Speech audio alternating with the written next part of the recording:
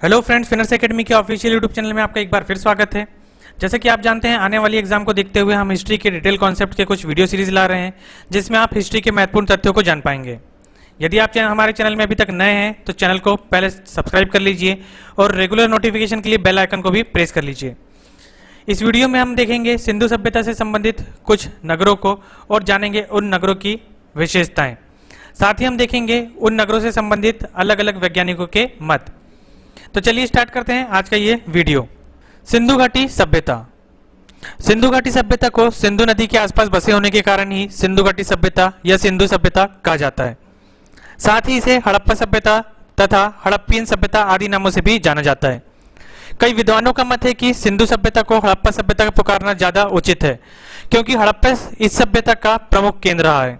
तो कुछ का मत है क्योंकि हड़प्पा की खोज सर्वप्रथम की गई थी, अतः इसे हड़प्पा सभ्यता कहा जाए। सिंधु घाटी सभ्यता को अंग्रेजी भाषा में इंडस वैली सिविलाइजेशन कहा जाता है। सिंधु सभ्यता अपने समय की सबसे आधुनिक और सुव्यवस्थित सभ्यता हुआ करती थी। हड़प्पा सभ्यता के लोग बहुत ही सुनियोजित और सुविकसित कस्बों में या नगरों में रहा करते थे, जहां बड़े बड़े भवन, सभागार, स्नानागार, कारागार, कच्ची व पक्की ईंटों से बने मकान, चौड़ी सड़कें आदि स्थित हुआ करते थे। साथ ही सभ्यता के लोगों को हथियारों, आभूषण, मूर्तियों और बर्तन का निर्माण करना भी आता था। इनके निर्माण में तांबे, चांदी और कांसे आदि का प्रयोग किया जाता था। सिंधु सभ्यता हड़प्पा सभ्यता का जो काल निर्धारण किया गया था, यह अलग अलग वैज्ञानिकों द्वारा किया गया है। जैसे कि हेरास के अनुसार यह 6000 ईसा पूर्व की माना गई है। माधव स्वरूप वत्स के अनुसार 3500 से 2700 ईसा पूर्व की मानी गई है। आर्नेस्ट मैके के अनुसार 2800 से 2500 ईसा पूर्व की मानी गई है। मार्टिमर व्हीलर के अनुसार 2500 से 1500 ईसा पूर्व की मानी गई है। वैज्ञानिक पद्धति रेडियो कार्बन पद्धति के अनुसार 2350 से 1750 ईसा पूर्व की मानी जाती है। तो इसमें से सबसे महत्वपूर्ण रेडियो कार्बन पद्धति द्वारा, जो कि एग्जाम में पूछा जाता है, तो रेडियो कार्बन पद्धति द्वारा 2350 से 1750 ईसा पूर्व की हड़प्पा सभ्यता का काल निर्धारण किया गया है। सिंधु घाटी सभ्यता के प्रमुख स्थल, जिसमें सबसे पहला मोहनजोदड़ो, ये सब हड़प्पा सभ्यता के समकालीन ही सभ्यता का स्थल हुआ करता था। इसकी खुदाई वर्ष 1922 में राखलदाल बनर्जी द्वारा करवाई गई थी। मोहनजोदड़ो का अर्थ होता है मृतकों का टीला। यह सिंधु नदी के किनारे बसा हुआ था। यह सिंध पाकिस्तान के लरकाना जिले में मौजूद है। इसके जो साक्ष्य प्राप्त हुए थे, यहाँ पे जो हमें साक्ष्य मिले थे वो थे सूती कपड़े के अंश, महा स्नानागार, पुरोहितों का आवास, सभागार, कांसे से बनी नर्तकी की मूर्ति, तांबे के ढेर, पशुपति शिव के साक्ष्य, घोड़े के दांत, सेलखेड़ी से बना बाट, चिमनी, साधु की मूर्ति, ये आदि हमें यहाँ से महत्वपूर्ण साक्ष्य प्राप्त हुए हैं। इसके बाद कालीबंगा, जिसकी खुदाई 1953 में अलमनानंद घोष द्वारा की गई थी तथा बीके थापर द्वारा 1960 में इसकी खुदाई करवाई गई थी। कालीबंगा का अर्थ होता है काले रंग की चूड़ियां। यह स्थल राजस्थान के गंगानगर जिले में घग्गर नदी के तट पर स्थित है, जिसे पहले हम सरस्वती नदी के नाम से भी जाने जाते थे। इससे जो साक्ष्य प्राप्त हुए हैं वो प्राप्त हुए हैं कच्ची ईंटें व अलंकृत ईंटें, बेलनाकार मोहरें जो कि मेसोपोटामिया से मिलती जुलती थी, खेती के साक्ष्य, जुते हुए खेत जहां कालीबंगा से दूर सरसों की फसल और नजदीक पर चने की फसल बोई जाती थी। यहां से लकड़ी के बने पाइप आदि भी प्राप्त हुए हैं।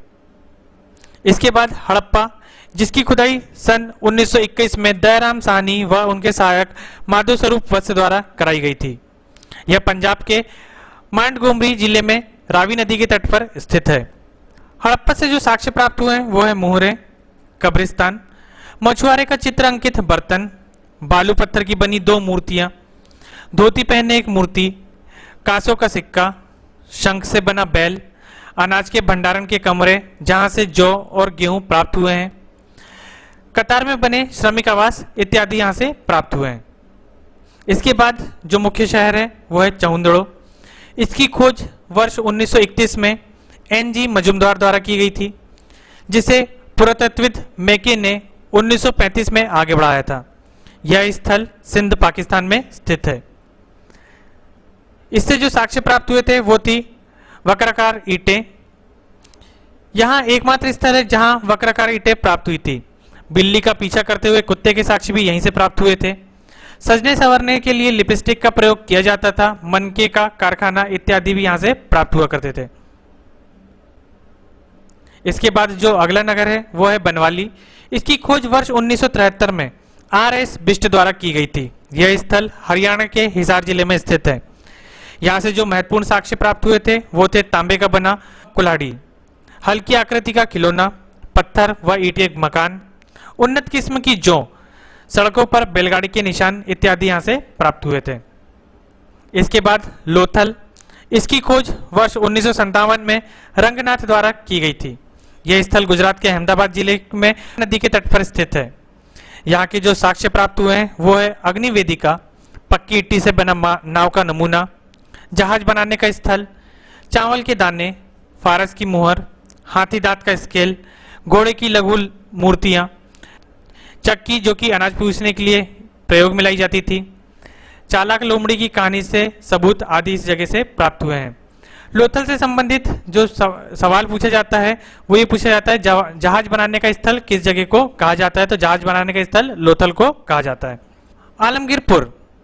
इसकी खुदाई वर्ष 1958 में यज्ञदत्त शर्मा द्वारा कराई गई थी। यह स्थल उत्तर प्रदेश के मेरठ जिले में हिंड नदी के तट पर स्थित है। इसके बाद जो अगला क्षेत्र है वो है रोपड़। इसकी खुदाई सन 1953 में यज्ञदत्त शर्मा द्वारा ही कराई गई थी। यह पंजाब राज्य में सतलज नदी के तट पर स्थित है। यहाँ से जो साक्ष्य प्राप्त हुए थे वो थे तांबे की कुल्हाड़ी, आदमी और कुत्ते की एक कब्र में इसी जगह से प्राप्त हुए थे। इसके बाद जो अगला क्षेत्र है वो है सुरकोतड़ा। इसकी खुदाई वर्ष 1964 में जगपति जोशी द्वारा कराई गई थी। यह स्थल गुजरात राज्य के कच्छ नामक जगह पर स्थित है। यहाँ से हमें जो साक्ष्य प्राप्त हुए थे वो थी घोड़े की हड्डियां और अनूठी प्रकार की कब्रगाह। इसके बाद जो अगला क्षेत्र आता है वो आता है सुतकोगे डोर। इसकी खुदाई वर्ष 1927 में आर.एल. स्टाइन के द्वारा कराई गई थी। यह स्थल बलूचिस्तान के दाश्क नदी के तट पर स्थित है। यहाँ से हमें जो साक्ष्य प्राप्त हुए हैं वो है मिट्टी की बनी चूड़ियाँ, राख से भरा बर्तन, तांबे की कुल्हाड़ी, मनुष्य की हड्डियां इस क्षेत्र से हमें प्राप्त हुई थी। इसके बाद जो अगला महत्वपूर्ण क्षेत्र है वो है धौलावीरा। इसकी खोज वर्ष 1967 में जगपति जोशी द्वारा की गई थी, परंतु इसकी व्यापक खुदाई रविंद्र सिंह बिष्ट द्वारा कराई गई थी। यह स्थल गुजरात राज्य के कच्छ जिले में मानहार तथा मानसर नदी के बीच स्थित है। यह ऐसा पहला नगर है जहां 3 भागों में बटा हुआ था। पहला दुर्भाग, दूसरा मध्यम भाग और तीसरा निचला नगर। यहाँ से हमें जो साक्ष्य प्राप्त हुए थे दुर्ग भाग और मध्य भाग के बीच भव्य इमारत के अवशेष हमें प्राप्त हुए थे। चारों ओर दर्शकों के बैठने के लिए बनाई गई सीढ़ी नुमा संरचना और सूचनापट इसी जगह से प्राप्त हुए थे। विभिन्न प्रकार के जलाशय भी हमें धौलावीरा से ही प्राप्त होते हैं। इसके बाद जो अगला क्षेत्र है वो है राखीगढ़। इसकी खुदाई वर्ष 1997 में अमरेंद्रनाथ द्वारा कराई गई थी। यह स्थल हरियाणा राज्य के हिसार जिले में सरस्वती तथा दुधवती नदी के पास बसा है। धौलावीरा के बाद राखीगढ़ भारत में स्थित सिंधु सभ्यता का सबसे बड़ा नगर है। कोटदीजी इसका अगला क्षेत्र है जिसकी खुदाई वर्ष 1955 में F.N. खान द्वारा कराई गई थी। यह स्थल मोहनजोदड़ो के समीप स्थित है। यहाँ से जो साक्ष्य प्राप्त हुए हैं वह है चांदी के सर्वप्रथम प्रयोग के साक्ष्य, बारासिंगा का नमूना। इसके बाद जो अगला क्षेत्र आता है वो आता है अलादीनो। इसकी खुदाई फेयर सर्विस द्वारा कराई गई थी। यह स्थल सिंधु नदी के अरब सागर के संगम के समीप स्थित है। इसके बाद अगला जो क्षेत्र है वो है कुणाल। यह स्थल हरियाणा में स्थित है। यहाँ से जो हमें साक्ष्य प्राप्त हुए हैं, यहाँ से हमें चांदी के 2 मुकुट प्राप्त हुए थे। तो चांदी के 2 मुकुट कुणाल जो कि हरियाणा में स्थित है यहाँ से प्राप्त हुए थे। इसके बाद अगला जो क्षेत्र आता है वो आता है अली मुराद। यह स्थल सिंध जो कि पाकिस्तान में स्थित है। यहाँ से हमें जो साक्ष्य प्राप्त हुआ था वो था पीतल, कांसे की बनी कुल्हाड़ी, बेल की छोटी मृण मूर्तियां मतलब मिट्टी की बनी मूर्तियां।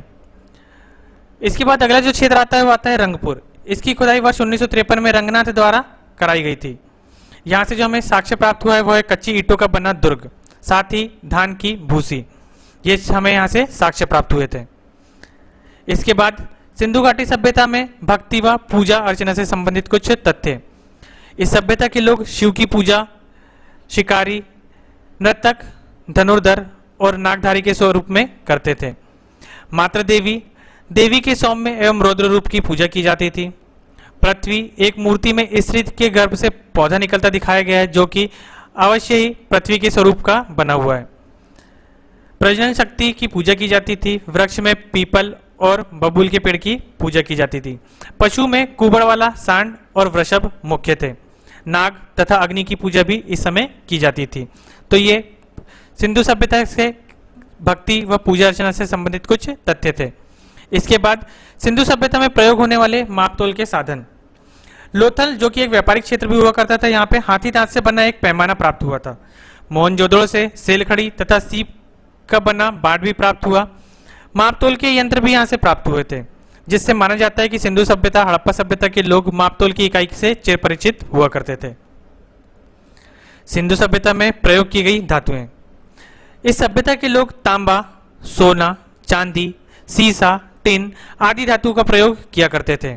कुछ पुरातत्वविदों का मानना यह भी था कि पहली बार चांदी का प्रयोग सिंधु सभ्यता में ही किया गया था। सबसे अधिक तांबे का प्रयोग इसी समय किया जाता था। सिंधु सभ्यता में परिवहन की जो व्यवस्था हुआ करती थी, यहाँ से प्राप्त साक्ष्यों के अनुसार यह कहा जाता है कि सिंधु सभ्यता के लोग द्वारा परिवहन के लिए बैलगाड़ी का प्रयोग, नाव का प्रयोग किया जाता था। हड़प्पा और चौंदुड़े से कांसे की बैलगाड़ी प्राप्त हुई है तथा बनवाली में सड़कों पर बने बैलगाड़ी के पहिए के निशान प्राप्त हुए हैं, जिससे यह माना जाता है कि इस सभ्यता के लोग आवागमन के लिए बैलगाड़ी का प्रयोग करते होंगे। लोथल से पक्की ईंटे की नाव तथा मोहनजोदड़ो से प्राप्त मुहरों में नाव के प्रयोग से प्रमाणित होता है कि जलमार्ग पर नाव या जहाज का प्रयोग भी किया जाता था, जिसका प्रमाण नदियों के किनारे बसे लोथल, रंगपुर, बालाकोट, सुतकाको आदि प्रमुख बंदरगाह नगर से भी प्राप्त होते हैं। सिंधु सभ्यता का पतन। सिंधु सभ्यता के पतन का कोई एक कारण नहीं है। इसके पतन के पीछे कई कारण माने गए हैं। क्योंकि ये सभ्यता काफी विस्तृत क्षेत्र में फैली हुई थी, इसलिए किसी एक कारण या आपदा से इसका ह्रास होना संभव नहीं है। अतः अलग अलग नगरों के विनाश के पीछे संभवतः अलग अलग कारण हो सकते हैं। ऐसी वैभवशाली सभ्यता का नाश कैसे हुआ, इस प्रश्न का अभी भी कोई निश्चित उत्तर नहीं दिया जा सका है। सामान्य तौर पर विद्वानों का अनुमान है कि किसी बाहरी जाति के आक्रमणकारियों द्वारा ने इस सभ्यता का नाश किया है। सिंधुवासी शांति प्रिय और धनी हुआ करते थे। नगर की रक्षा का भी समुचित प्रबंध नहीं था, इसलिए वे पड़ोस की बर्बर जातियों के आक्रमण के शिकार रहे होंगे। मोहनजोदड़ो में सड़कों, गलियों, कमरों, जीनों के पास तथा आंगनों में मनुष्य के अनेक अस्थिपंजर मिले हैं। इससे यह निष्कर्ष निकाला गया कि बाहरी लोगों ने नगर पर सहसा आक्रमण कर दिया होगा और पुरुषों, स्त्रियों और बच्चों का निर्दयतापूर्वक संहार किया। विद्वानों का यह भी अनुमान है कि ये आक्रमणकारी संभवतः आर्य थे, लेकिन पूर्वोक्त अनुमान संतोषजनक नहीं जान पड़ते हैं। दो प्रमुख प्रश्न हैं जिनका उत्तर पूर्वोक्त अनुमान के आधार पर नहीं दिया जा सकता। पहला, आक्रमणकारियों के हथियार के कोई अवशेष नहीं मिले हैं।